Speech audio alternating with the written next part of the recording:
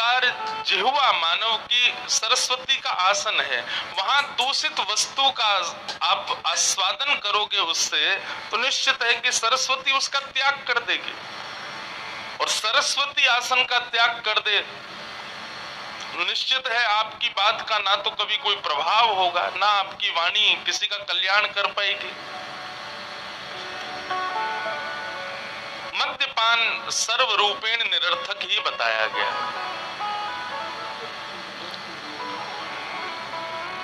क्योंकि मन बुद्धि वैसे हमारे विचलित रहते हैं, और उसके पान सेवन के बाद में वो और विचलित कर देती है। व्यक्ति को वैसे ही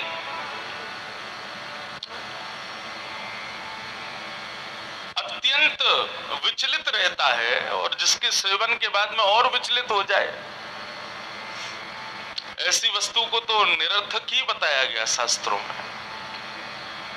बाकी 5 स्थान आज कथा में आएंगे जहां पर कलयुग का निवास है, उनका फिर विस्तार से हम और श्रवण करेंगे। तो कल हम लोगों ने महात्म्य सुना, महत्व सुना, और अब आज से प्रारंभ हो रही है भागवत की कथा। प्रथम स्कंद। भागवत में 12 स्कंद हैं। इन समस्त स्कंदों को प्रणाम करते हुए हम लोग अपनी अब यात्रा आज से प्रारंभ करते हैं। श्रीमद् भागवत का पहला श्लोक।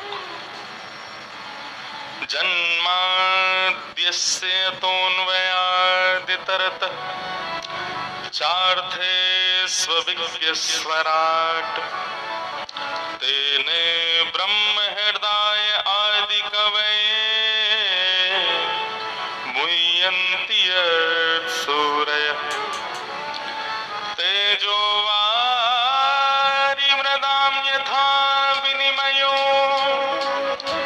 यत्र तृषगो मृषा धाम्ना स्वेन सदा निरस्तकुहकं सत्यं परम धीमहि। भागवत का पहला श्लोक है। बंधुओं, श्रीमद् भागवत में प्रथम श्लोक में भगवान श्री कृष्ण को प्रणाम नहीं किया, नारायण को प्रणाम नहीं किया, हरि को प्रणाम नहीं किया, शिव को प्रणाम नहीं किया, किसी देवी को प्रणाम नहीं किया। श्रीमद् भागवत के प्रथम श्लोक में प्रणाम किसको किया? बोले सत्यम परम धीमहि। जो भी परम सत्य है मैं उसको प्रणाम करता हूं। वेद व्यास जी, नमोस्तुते व्यास विशाल बुद्धे। वेद व्यास जी की रचना में आप एक चीज देखेंगे कि वो कभी भी पक्षपात नहीं करते, एक पक्ष को विशेषता ज्यादा देना, ऐसा वेद व्यास जी का भाव नहीं है। वेद व्यास जी जब भागवत की रचना कर रहे थे उस समय 33 कोटि देवता आकाश में खड़े थे, और सब ये विचार कर रहे थे कि श्री वेद व्यास जी जब प्रथम श्लोक लिखेंगे तो किसको वंदन करेंगे। लेकिन वेद व्यास जी के मन का भाव जब प्रकट हुआ तो वेद व्यास जी ने वंदन किसको किया? सत्यम परम धीमहि। जो भी परम सत्य है मैं उसको वंदन करता हूं। अब सब देवी देवता एक दूसरे के मुख देख रहे हैं। क्यों? शास्त्र आज्ञा करते हैं स्तोत्रम कस्य न तुष्टये। स्तुति से कौन खुश नहीं होता? सबको अपनी स्तुति अच्छी लगती है, देवताओं को भी लगती है, पर भागवत में किसी देवता की स्तुति नहीं। सत्यम परम धीमहि, जो परम सत्य है मैं उसको वंदन करता हूं। अब परम सत्य कौन है? परम सत्य के लक्षण क्या है? थोड़ा सा कठिन है, थोड़ा नहीं बहुत कठिन है ये श्लोक। भागवत का प्रथम श्लोक है। हमने एक बात निश्चित कर दें, भागवत सामान्य ग्रंथ नहीं है बंधु। हमारे पास ग्रंथ से ऊंचा शब्द नहीं है, पुराण से ऊंचा शब्द नहीं है, इसलिए हम ग्रंथ पुराण कह देते हैं। तेनेयम वांग्मयी मूर्ति प्रत्यक्ष कृष्ण एव ही, साक्षात श्री कृष्ण है भागवत। कोई लकड़ी की मूर्ति बनाते हैं, कोई अष्ट धातु की, कोई मार्बल की, कोई आदि आदि धातुओं की मूर्ति। वेद व्यास व्यास जी ने भगवान श्री कृष्ण की शब्द में मूर्ति बनाई, श्रीमद् भागवत। तो एक प्रकार से आप यही समझिए कि आप कोई वक्ता को नहीं सुन रहे हैं, कोई प्रवचन नहीं सुन रहे हैं, साक्षात श्री कृष्ण को जैसे नेत्रों से देखते हैं वैसे कानों से भीतर प्रविष्ट करा रहे हैं। परम सत्य कौन है? बोले जन्माद्यस्य तोन्वयादितरतः, जो जन्म आदि से इतर है, या फिर ऐसा कहें जन्म मृत्यु और जीवन जिसके हाथ में है, वो परम सत्य है। जो चाहे तो विश्व को जिला दे, जो चाहे तो विश्व का नष्ट संहार कर दे, जो ही विश्व का पालन पोषक है, वो परम सत्य है। मैं सत्य हो सकता हूं, आप सत्य हो सकते हो, लेकिन हम परम सत्य नहीं हो सकते। परम सत्य तो केवल और केवल श्री कृष्ण है। मूकम करोति वाचालम पंगुं लंघयते गिरिम यत् कृपातमहं वंदे परमानंद माधवम। वो गूंगे से बुलवा भी सकते हैं, वो लंगड़े से पहाड़ भी लंघवा सकते हैं, वो कुछ ना करने वाले से भी सब कुछ करवा सकते हैं। उनकी सामर्थ्य सब कुछ में है, इसलिए वो परम सत्य है, हमारी सामर्थ्य नहीं है। और सामर्थ्य की तो पूछे ही मत। 2020 में सब लोगों ने अपनी सामर्थ्य देख ली। जब लॉकडाउन लगा, मुझे कभी कभी ऐसा लगता है अभी ना लोगों में भक्ति बहुत बढ़ गई है। आजकल हमारे वृंदावन में इतनी भीड़ हो गई है, कहीं भी हम कथा करने जाते हैं इतने लोग कथा सुनने आते हैं, खास करके यंगस्टर्स बहुत आते हैं। तो मुझे कभी कभी लगता है ऐसा क्या हुआ कि अचानक 2-3 साल में इतनी भक्ति भजन भाव बढ़ गए। तो मन में ये आया कि व्यक्ति अपनी सामर्थ्य पहचान चुका है, मैं कुछ भी नहीं हूं। करोड़ों रुपए का टर्नओवर करने वाला व्यक्ति अपने कमरे में है, पत्नी दूसरे कमरे में है, वो डॉक्टरों को फोन मिला रहा है मेरी पत्नी को बचा लो। कितना चाहिए तुमको, बताओ मैं देता हूं। सब समझ गए कि भैया संसार की जितनी भी वस्तुएं हैं ये अंतिम में तो केवल प्रार्थना ही काम आने वाली है। हम कितनी भी सामर्थ्यवान हो, अपनी सामर्थ्य से कुछ नहीं कर सकते। आज खाटू श्याम बाबा की बड़ी सेवा करते हैं, पूजा करते हैं लोग। जब वो बर्बरीक के रूप में थे तब उनसे प्रश्न किया गया महाभारत का सबसे बड़ा योद्धा कौन था। आपने संपूर्ण महाभारत का दर्शन किया, बताइए सबसे श्रेष्ठ योद्धा कौन था महाभारत का। तब बर्बरीक कहते हैं महाभारत युद्ध के सबसे श्रेष्ठ योद्धा योगेश्वर कृष्ण। अर्जुन बोला जिन्होंने शस्त्र भी नहीं उठाया हाथ में। युधिष्ठिर नकुल सहदेव आदि बोले जिन्होंने एक सैनिक को भी बाण नहीं मारा, हाथ में तलवार नहीं उठाई, अस्त्र शस्त्रों को छोड़ करके केवल घोड़ा चलाने में लगे रहे। बर्बरीक आप कह रहे हो वो महाभारत युद्ध के सबसे बड़े योद्धा थे। बर्बरीक बोले मैं इसीलिए तो कह रहा हूं वो सबसे बड़े योद्धा थे। क्यों? क्योंकि साधारण लोगों को तो आयुध चाहिए, धनुष चाहिए, तलवार चाहिए, चक्र चाहिए दूसरे का वध करने के लिए, लेकिन योगेश्वर कृष्ण तो केवल अपने रूप मात्र से वध कर रहे थे सबका। अरे अर्जुन नकुल सहदेव युधिष्ठिर तुम लोगों ने कौरवों को नहीं मारा, वे कौरव तो श्री कृष्ण ने अपनी दृष्टि से ही उनको मार दिया था। बस मरे मराए में तुम लोग बाण मार करके श्रेय ले रहे थे कि हमने मारा। ठीक ऐसा ही बंधुओं मेरा और आपका जीवन है।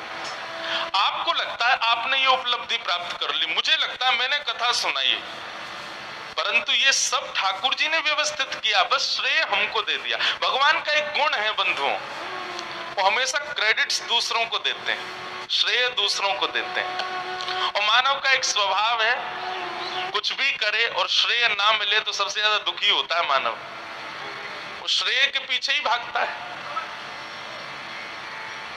बहुत सावधानी से सुनो।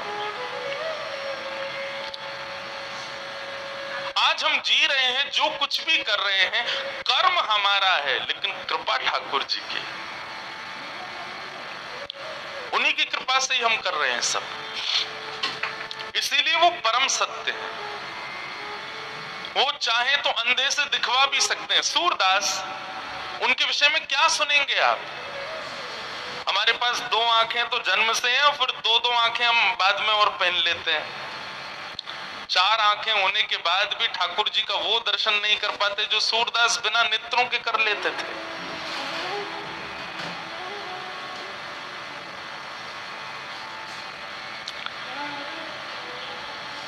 सूरदास जी मंदिर में जाते और जैसी ठाकुर जी की पोशाक वैसा ही पद गा देते। आज तो ठाकुर जी ने पीली पोशाक पहनी है, आज गले में ऐसी माला पहनी है, सिर पर सिरपेच धारण किया है, कानों में ऐसे कुंडल पहने हैं, इस प्रकार सूरदास जी बता देते थे। लोग बाग कहते, सूरदास तुम्हारे नेत्र तो है नहीं, फिर दिख कैसे जाता है? एक दिन गोसाई जी बोले, ये सूरदास रोज सोच के आता होगा, आज नीले वस्त्रों के बारे में बोलूंगा, आज पीले वस्त्र बोलूंगा, आज, और संभवतः उस दिन हम वही वस्त्र पहना देते हैं। आज एक काम करते हैं, आज ठाकुर जी को वस्त्र ही नहीं पहनाएंगे। जब वस्त्र ही धारण नहीं करेंगे तो सूरदास सोच के आएगा कि आज मैं गुलाबी वस्त्रों का बारे में बोलूंगा, लेकिन हम वस्त्र ही नहीं पहनाएंगे तो फिर क्या बोलेगा? ठाकुर जी आज निर्वस्त्र खड़े मंदिर में। सूरदास जी जैसे ही आए, गोसाई जी बोले, कहो सूरदास, आज ठाकुर जी कैसे लग रहे हैं? नेत्र नहीं है सूरदास के। सूरदास जी बोले, आज तो ठाकुर जी बहुत ही प्यारे लग रहे हैं। बोले, कितने प्यारे लग रहे हैं? बोले, आज हरि देखे नंगम नंगा, मोतिन माल गले उर साजे, छवि के उठत तरंगा, आज हरि देखे नंगम नंगा। सूरदास बोले, आज तो ठाकुर जी नंगे खड़े हैं, गले में मोतियों की माला पहन रखी है, इतने प्यारे लग रहे हैं। आज तो ठाकुर जी बिना पोशाक के बड़े सुंदर लग रहे हैं। महाराज, दर्शनार्थियों ने आज ठाकुर जी को प्रणाम नहीं किया, सूरदास को प्रणाम किया। वाह सूरदास, तुम्हें नेत्रों की भी आवश्यकता नहीं है ठाकुर जी को देखने के लिए, और यहाँ नेत्र हैं, शक्तियां हैं, सब कुछ है, फिर भी ठाकुर जी दिखते हैं? नहीं दिखते। क्या समझते हैं आप? यत कृपातम हम बंदे, उन्हीं की कृपा से ही संभव हो सकता है, नहीं तो ये संभव नहीं है। परम सत्य कौन है? जो पूरे विश्व को जीवित और मरणासन अवस्था में करने की सामर्थ्य रखता है। पूरे विश्व को कैसे क्या क्रिया करवानी है, ये सामर्थ्य जिसके हाथों में। चार्थे स्विज्ञ स्वराट, जिसको किसी से प्रकाश की आवश्यकता नहीं है, वो स्वयं प्रकाशवान है। ठाकुर जी किसी के आसरतु नहीं रहते, किसी पर डिपेंडेंट नहीं रहते। कई बार कई लोग मेरे से प्रश्न कर देते, महाराज जी हमारे घर में ठाकुर जी हैं, आप कथाओं में ऐसा कहते हैं ठाकुर जी को भोग लगाना चाहिए, वस्त्र पहनाने चाहिए, स्नान कराने, भगवान हमारे पर आसरतु हैं, ठाकुर जी हमारे ऊपर डिपेंडेंट है? बिल्कुल डिपेंडेंट नहीं है। ये एक भक्ति का प्रकार है, ये एक भाव का प्रकार है कि आप ठाकुर जी की सेवा कर रहे हो।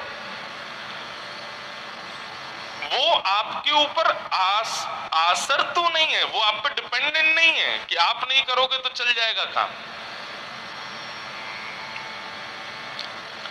चार्थे स्विज्ञ स्वराट। लेकिन एक बात मैं आपको कह दूं, जब वैष्णव प्रेम लक्षणा भक्ति हृदय में प्रारंभ होती है, तब ठाकुर जी आसक्त भी हो जाते हैं, आसरतु भी हो जाते हैं, डिपेंडेंट भी हो जाते हैं। ठाकुर जी को आवश्यकता नहीं है, लेकिन एक प्रेम का स्वरूप होता है कि प्रेम में व्यक्ति सब कर सकता है, लेकिन फिर भी अपने प्रेमी के आसरतु रहता है, उस पर डिपेंडेंट रहता है। जैसे बालक चलना भी सीख जाए, बोलना भी सीख जाए, सब क्रिया करने लगे, लेकिन कभी कभी माँ के प्रति बहुत लाड आ जाता है तो जबरदस्ती बैठ जाता, बोले नहीं मैं तभी उठूंगा, गोद में उठाओ। ठीक वैसे ही ठाकुर जी जब अपने वैष्णव भक्त की प्रेम लक्षणा भक्ति को जब वो देखते हैं, तब है तो नहीं पर दिखाते ऐसा है कि वो डिपेंडेंट है।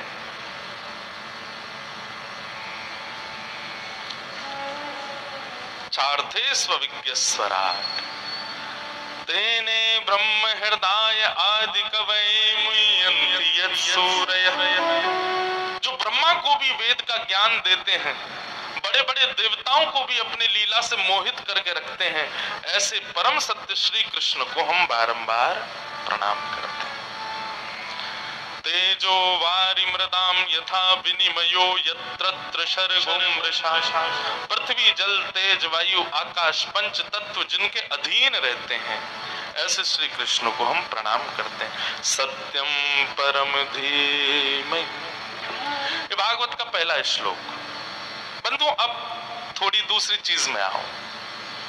श्रीमद् भागवत में 18,000 श्लोक हैं। भागवत का पहला श्लोक और भागवत का अंतिम श्लोक, आओ एक प्रैक्टिकल करते हैं, इन दोनों को एक करते हैं और देखते हैं क्या निकलता है। श्रीमद् भागवत के प्रथम श्लोक का प्रथम शब्द क्या है? ध्यान से सुनना। जन्माद्यस्य यतोऽन्वयादितरतः। तो प्रथम शब्द क्या है भागवत का? जन्म। श्रीमद् भागवत का अंतिम श्लोक अब सुनिए। नाम संकीर्तनम यस्य सर्व पाप प्रणाशनो प्रणामो दुख समनस्तम नमामि हरिम परम। भागवत का पहला श्लोक जन्म, पहले श्लोक का पहला अक्षर जन्म, और श्रीमद् भागवत के अंतिम श्लोक का अंतिम अर्थ, अंतिम शब्द क्या है? हरिम परम। तो प्रथम शब्द जन्म और अंतिम शब्द हरिम परम, इन दोनों को एक करें तो जन्म हरिम परम, ये निकल के आया। अब अपने ऊपर देखो, हमारा प्रारंभ किससे होता है? जन्म से। एक जगह तो हम भागवत जी से मैच हो गए, लेकिन हमारा अंत कहां होता है? हरिम परम, हरि के चरणार बिंदु में होता है? नहीं, विषय परम, विषयों में होता है, भोगों में होता है, संसार के प्रमादों में होता है, काम क्रोध ईर्ष्या द्वेष अभिनिवेश अहंता ममता आदि इन सब की आसक्ति में हमारा अंत होता है। तो श्रीमद् भागवत का एकमात्र उद्देश्य यहाँ पर क्लैरिफाई होता है कि व्यक्ति का जन्म हो और अंत कहां हो? बोले हरिम परमानंद के चरणों में हो। यही भागवत का मूल उद्देश्य है। रुक्मणी जी ने ब्राह्मण देवता से कहा, ब्राह्मण देवता ने कहा ठाकुर जी आ गए। रुक्मणी जी ने जाके देवी पूजा की, जैसे ही पलट करके पीछे देखा, आहा क्या चाल ढाल अलवेली है, कैसी सुंदर चाल, कैसी सुंदर ढाल। एक तो सुंदर है ठाकुर जी, ऊपर से श्रृंगार करके और आ गए। हमारे ब्रज में के लाला तुमने बहुत बड़ी कृपा करी जो तुम लाला बन के आए। बहुत बड़ी कृपा है कि बिहारी जी लाली बन के नहीं आए। क्यों? बोले हे कृष्ण लला तुम होते लली तो गरे कट जाते करोड़न के। लाला तुमने बहुत बड़ा अनुग्रह किया हम पे कि तुम लाला हो, कहीं लाली होते तो तुम पे तो भैया लोग बाग अपने सर काट काट के वार देते, इतने प्यारे हो। बहुत बड़ी कृपा है कि तुम लाला हो, बहुत सुंदर है ठाकुर जी।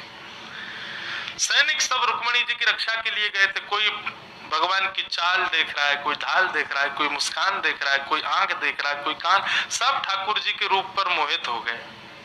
सब भूल गए कि हमको रुक्मणी जी की रक्षा करनी है। भीतर जाकर के जैसे ही रुक्मणी जी ने ठाकुर जी को देखा, एक बार तो रुक्मणी जी मूर्छित हो गई, मूर्छा आ गई रुक्मणी जी को।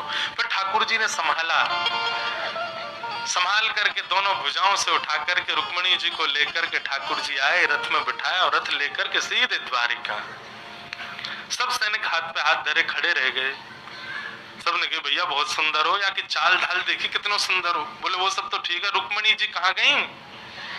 तब एक सैनिक ने बताया, बोले कि वो जो आया था, जिसके रूप को देख रहे थे, जिसकी चाल देख रहे थे, वही लेकर के चला गया। सब सैनिक बोले हम तो उसके रूप को देख रहे थे, तुझे तो पता थी कि ले जा रहा है, तेने क्यों ना रोको? बोले कि मैं तो रोकवे जा रहा हूं, लेकिन रुक्मणी जी के बगल में आके तो वो और प्यारो लगन लगो। दोनों उनकी जोड़ी इतनी बढ़िया लगन लगी कि मैंने कि एक बार ले ही जान दो यार, बाद में देख लेंगे। इतना बढ़िया लगो देख करके कि मन भयो ले जान दो। ऐसे हमारे लाल जी हैं भैया। ठाकुर जी का सबसे बड़ा शस्त्र है उनका रूप। भगवान रुक्मणी जी को लेकर के द्वारिका गए, भीष्मक राजा को पत्र लिख करके वसुदेव जी ने रुक्मणी जी को वापस भेजा, पूरी नगरी सजवाई और अब ठाकुर जी की बारात जा रही है कौंडन्यपुर के लिए। सब लोग सांवरिया बोलना मेरे साथ, जोर से बोलना है। ओ मोहे प्यारो लागे सांवरिया, मोहे प्यारो लागे सांवरिया, मोहे प्यारो लागे सांवरिया, मोहे प्यारो लागे सांवरिया। आज दुल्हा बने सांवरिया, ओ बड़े सुंदर सजे हैं सांवरिया, ओ बड़े प्यारे सजे हैं सांवरिया, ओ बड़े चोखे सजे हैं सांवरिया। मोहे प्यारो लागे सांवरिया, मोहे प्यारो लागे सांवरिया, ओ मोहे प्यारो प्यारो लागे सांवरिया, मोहे प्यारो लागे सांवरिया। ये तो द्वारिका के राजा सांवरिया, ब्रज के प्रतिपाला सांवरिया, आज दुल्हा बने हैं सांवरिया, ओ ये तो घोड़ी चढ़े हैं सांवरिया। मोहे प्यारो लागे सांवरिया, मोहे प्यारो प्यारो लागे सांवरिया, मोहे प्यारो लागे सांवरिया, मोहे प्यारो लागे सांवरिया, मोहे प्यारो प्यारो लागे सांवरिया, मोहे प्यारो लागे सांवरिया। द्वारिकाधीश की। ठाकुर जी इतने सुंदर सज के गए भैया, लाल जी की जय हो, बोल गिरधर लाल प्यारे की। इतने सुंदर सज के गए, रुक्मणी जी ने ठाकुर जी को बताया कि हमारे यहाँ आपको कोई पसंद नहीं करता। ठाकुर जी को कहा कि सब लोग आपकी बुराई करते हैं। ठाकुर जी बोले काहे को बुराई करें? अरे हमारे भैया तो यही कहते रहते हैं कि या को पतो ही ना या कि पिताजी कौन है, कोई के वसुदेव जी को लाला, कोई के नंद जी को लाला, या कि माता पिता को पतो नहीं, या कि कुल खानदान को पतो नहीं। सब कहते हैं काले हो काले हो, ऐसे ऐसे कह के हमारे यहाँ सब बोलते हैं। सब कहते हैं अरे रुक्मणी तो कौन ते ब्याह कर रही है, इतनी सुंदर और ऐसे कार्य कलूटे ते ब्याह करेगी। ठाकुर जी बोले जितने गारी देवे वारे है ना, इनको तो मैं वादना देखूंगा जब दुल्हा बन के आऊंगा। ठाकुर जी ने महाराज ब्रह्मा जी को बुलाया मेकअप आर्टिस्ट के रूप में। बोले पूरी दुनिया को तुमने सजाया है, आज हमारा श्रृंगार करो। बंधुओं ठाकुर जी को आवश्यकता नहीं है, ठाकुर जी तो नए कछू पहन ले वही तो सुंदर लगे। ब्रह्मा जी ने ऐसी पाग पहनाई, सेहरा पहनाया और सुंदर वस्त्र पहनाए। महाराज घोड़ी चढ़ करके जैसे ही ठाकुर जी की बारात पहुंची, मुंह फूले हुए थे कौंडन्यपुर के लोगों के, पता नहीं कैसा दुल्हा है। और नियम है कि जब बारात आती है तो दुल्हा को गालियां सुनाई जाती हैं। सब लोग गालियां देने लगी, मुकुटधर सांवरे रे लाला तोए बापन के जाए। बारे मुकुटधर सांवरे, दो दो पिताजी हैं तुम्हारे। एक द्वारिका में बसे रे लाला, दूजे गोकुल धाम। सब गालियां देने लगे। ठाकुर जी थोड़ी देर तो बैठे रहे, लेकिन जैसे ही ठाकुर जी ने नेक नजर करके ऊपर देखी, महाराज जितनी गोपियां सखियां और वहां की सहचरियां जब जो ठाकुर जी को गाली दे रही थी, ठाकुर जी की दृष्टि पड़ते ही सब भीष्मक राजा को गाली देने लग गई, रुक्मणी जी के भैया को गाली देने लगी। ठाकुर जी की गाली सब उल्टी पड़ गई।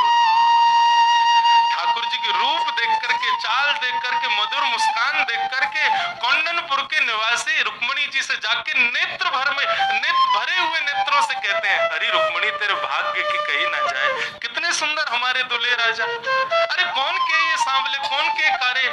एक दृष्टि पड़ती तो नजर ही नहीं हट रही है, पलक तक झपकना भूल गए। दुनिया के बिहान में लोग भोजन पानी में लगे रहे, लेकिन हमारे ठाकुर जी के बिहान में सब सामने खड़े और ठाकुर जी को देख रहे हैं। कोई कह रहा भैया चाट बल्ले कछु पाओ, बोले अरे भैया इनको देखे बगैर कछु और पावे की इच्छा ही ना है रही। ऐसे ठाकुर जी ने सबका चित्त मोह लिया और कौंडनपुर के राजा की पुत्री रुक्मणी जी का विवाह श्री ठाकुर जी के साथ संपन्न हुआ। बोलो रुक्मणी रमण भगवान की। आओ हमारे लाल जी पधारे हैं, इनकी रचना एक गालें, उसके बाद बंधु आज साल का अंतिम दिवस है। लाल जी की बड़ी कृपा अनुग्रह की आप कथा में पधारे हैं। सब लोग भाव से लाल जी को रिझाते हुए, वृंदावन को प्रणाम करते हुए सब लोग गाओ। श्यामा हृदय कमल सो प्रगट्यो, श्यामा हृदय कमल सो प्रगट्यो, श्यामा हृदय कमल सो प्रगट्यो, श्यामा हृदय कमल सो प्रगट्यो। इस प्रति में भी ये वृंदावन रसामृत पद है। सब लोग भाव से गाओ। आज वर्ष का अंतिम दिवस है। 5 मिनट बड़े भाव से सब लोग गाओ। उसके बाद हम लोग आरती करेंगे। कल कथा सुबह 8 बजे शुरू होगी। सब लोग समय का ध्यान रख के आइएगा। भाव से गाओ। श्यामा हृदय कमल सो प्रगट्यो, श्यामा हृदय कमल सो प्रगट्यो, और श्याम हृदय तुम्हार वृंदावन प्यारो वृंदावन, वृंदावन प्यारो वृंदावन, हे वृंदावन मेरो वृंदावन, वृंदावन मेरो वृंदावन। सब सुख सागर रूप उजागर रहे वृंदावन धाम, सुख सागर रूप उजागर रहे वृंदावन धाम, प्यारो रहे वृंदावन धाम, रहे वृंदावन धाम। रूप गोस्वामी प्रगट कियो जहाँ, रूप गोस्वामी प्रगट कियो जहाँ, रूप गोस्वामी प्रगट कियो जहाँ, रूप गोस्वामी प्रगट कियो, राधा गोविंद रूप निधान, वृंदावन प्यारो वृंदावन, वृंदावन प्यारो वृंदावन, हे वृंदावन मेरो वृंदावन, वृंदावन मेरो वृंदावन। रूप गोस्वामी प्रगट कियो जहाँ, रूप गोस्वामी प्रगट कियो, राधा गोविंद रूप निधान, वृंदावन मेरो वृंदावन, वृंदावन मेरो वृंदावन, हे वृंदावन प्यारो वृंदावन, वृंदावन प्यारो वृंदावन। बिहरत निस दिन कुंज गलिन में, ब्रज जन मन सुख धाम, बिहरत निस दिन कुंज गलिन में, ब्रज जन मन सुख